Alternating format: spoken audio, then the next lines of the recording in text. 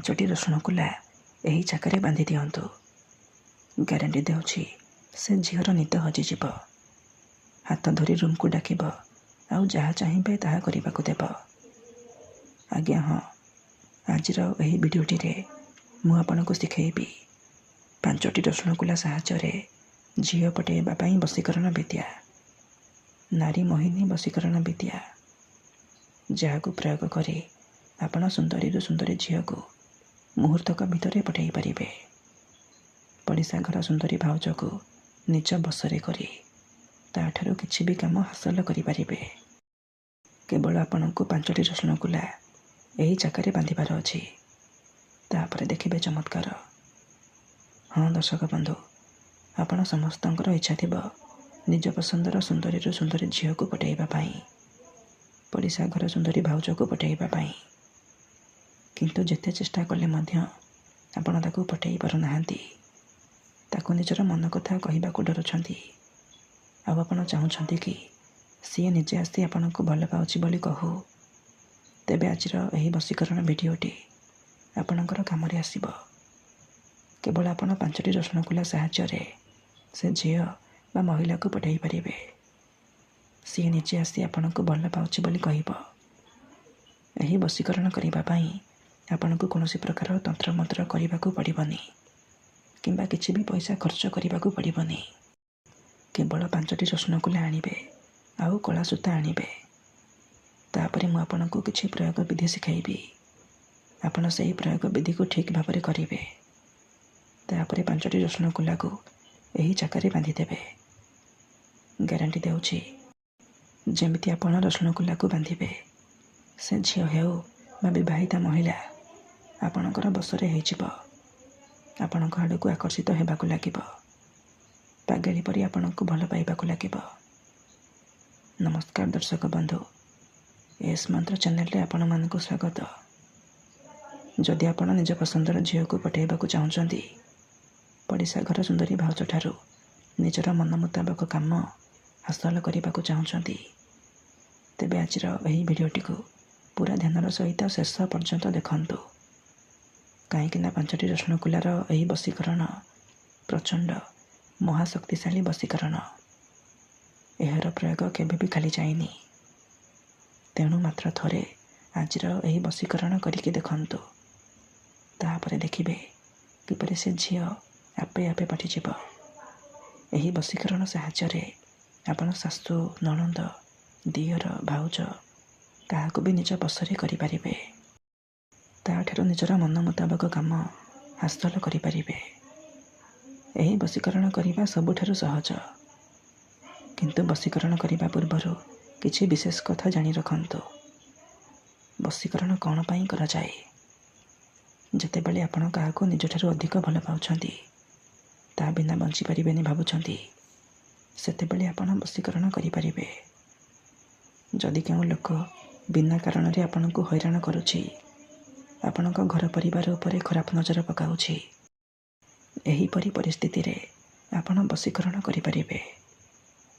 କାରଣ କେତେଥର ଏମିତି ହେଇଥାଏ କି ଆମର ଶତ୍ରୁ ପଇସାରେ ଆଉ ଶକ୍ତିରେ ଆମଠାରୁ ବଳବାନ ହେଇଥାଏ, ଆଉ ଆମେ ଚାହିଁକି ବି ତା'ର କିଛି କରିପାରୁନାହୁଁ।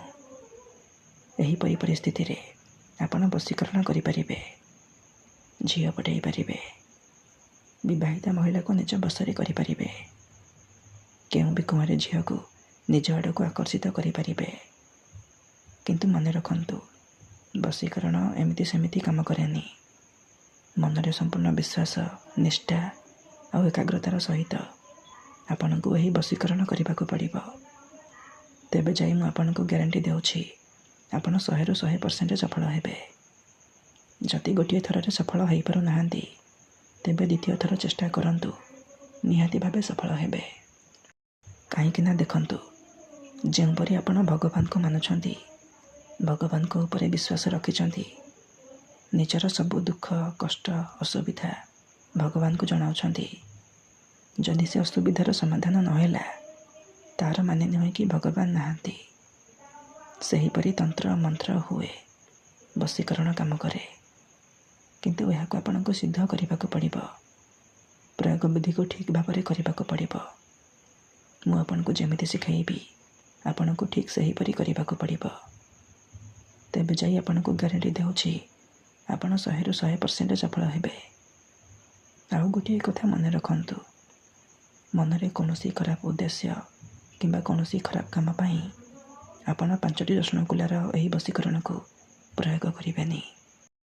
କାହିଁକିନା ଯେଉଁ ଝିଅ ବା ବିବାହିତା ମହିଳା ଉପରେ ଆପଣ 5ଟି ରସୁଣକୁଲାର ଏହି ବଶୀକରଣକୁ ପ୍ରୟୋଗ କରିଦେବେ, ସିଏ ସାରା ଜୀବନ ପାଇଁ ଆପଣଙ୍କର ବଶରେ ହେଇଯିବ। ଆପଣଙ୍କର ଇଶାରାରେ ନାଚିବ। ଆପଣ ତାକୁ ଯାହା କହିବେ, ଯେମିତି କହିବେ ସିଏ କରିବ। କୌଣସି ପ୍ରକାର ବାଧା ଦେବ ନାହିଁ। ତେବେ ଏହି ବଶୀକରଣ ବିଧି ଆପଣ କିପରି କରିବେ, 5ଟି ରସୁଣକୁଲାକୁ ଆପଣ କିପରି ବାନ୍ଧିବେ, ମୁଁ ଆପଣଙ୍କୁ ଶିଖାଇବି। ଜାଣିବା ପାଇଁ ଭିଡ଼ିଓଟିକୁ ପୁରା ଧ୍ୟାନର ସହିତ ଶେଷ ପର୍ଯ୍ୟନ୍ତ ଦେଖନ୍ତୁ। ବିଧିଟି ଜାଣିବା ପୂର୍ବରୁ ମୋର ଆପଣମାନଙ୍କୁ ଅନୁରୋଧ କି ଯଦି ଆପଣ ଆମ ଚ୍ୟାନେଲକୁ ନୂଆ ଆସିଛନ୍ତି ତେବେ ଦୟାକରି ଚ୍ୟାନେଲକୁ ସବସ୍କ୍ରାଇବ୍ କରି ପାଖରେ ଥିବା ବେଲ୍ର ଆଇକନ୍କୁ ମଧ୍ୟ ଦବାଇ ଦିଅନ୍ତୁ, ଯାହାଦ୍ୱାରା ଆମେ ଯେଉଁ ବି ଭିଡ଼ିଓ ଅପଲୋଡ଼ କରିବୁ ସର୍ବପ୍ରଥମେ ଆପଣ ଦେଖିପାରିବେ ଆଉ ତା'ର ଲାଭ ପାଇପାରିବେ।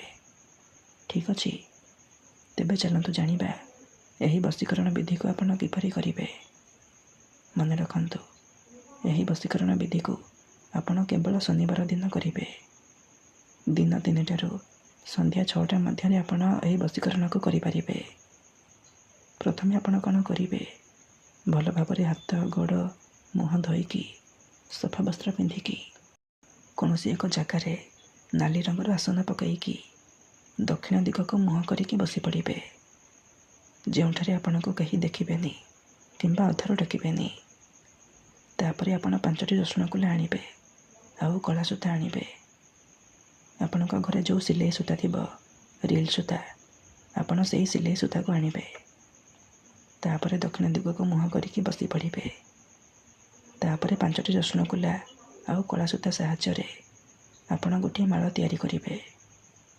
ଗୋଟିଏ ମାଳ କରିସାରିବା ପରେ ଆପଣ କ'ଣ କରିବେ, ସେ 5ଟି ରସୁଣକୁଲାର ଯେଉଁ ମାଳ କରିଛନ୍ତି ତାକୁ ନିଜର ସାମ୍ନାରେ ରଖିବେ। ତାପରେ ଗୋଟିଏ ରସୁଣକୁଲାକୁ ଆପଣ ଛୁଇଁବେ। ଆଖି ବନ୍ଦ କରିକି ସେହି ଝିଅ ବା ମହିଳାକୁ ମନେ ମନେ ଭାବିବେ, ତା'ର ନାମ ଗୋଟିଏ ଥର କହିବେ। ଏହିପରି ଆପଣ ଗୋଟେ ଗୋଟେ କରି 5ଟି ରସୁଣକୁଲାକୁ ଛୁଇଁବେ। 5 ଥର ସେହି ଝିଅ ବା ମହିଳାର ନାମ କହିବେ। ତାପରେ 5 ଥର ଏହିପରି କରିସାରିବା ପରେ ସେ ରସୁଣର ମାଳରେ ଗୋଟିଏ ଥର ଫୁଙ୍କିଦେବେ। ଏତିକି କରିସାରିବା ପରେ ଆପଣ କ'ଣ କରିବେ, ସେହି ରସୁଣର ମାଳକୁ ନେଇକି କୌଣସି ଏକ ନିମ୍ବ ଗଛର ଡାଳରେ ବାନ୍ଧି ଦେଇ ଚୁପଚାପ ଘରକୁ ଫେରି ଆସିବେ। ମନେ ରଖନ୍ତୁ, ବାନ୍ଧିବା ସମୟରେ ଯେମିତି ଆପଣଙ୍କୁ କେହି ଦେଖିବେନି କିମ୍ବା ପଛରୁ ଡାକିବେନି। ନିମ୍ବ ଗଛର ଡାଳରେ ଆପଣ ରସୁଣର ମାଳକୁ ବାନ୍ଧି ସାରିବା ପରେ ଘରକୁ ଫେରି ଆସିବେ। ତାପରେ ଦେଖିବେ ଯେଉଁ ଝିଅ ବା ମହିଳା ପାଇଁ ଆପଣ ଏହି ବଶୀକରଣ କରିଥିବେ, ସିଏ ଆପଣଙ୍କ ପ୍ରେମରେ ଦିବାନୀ ହେଇଯିବ। ପାଗଳି ପରି ଆପଣଙ୍କୁ ଭଲ ପାଇବାକୁ ଲାଗିବ। ଧନ୍ୟବାଦ।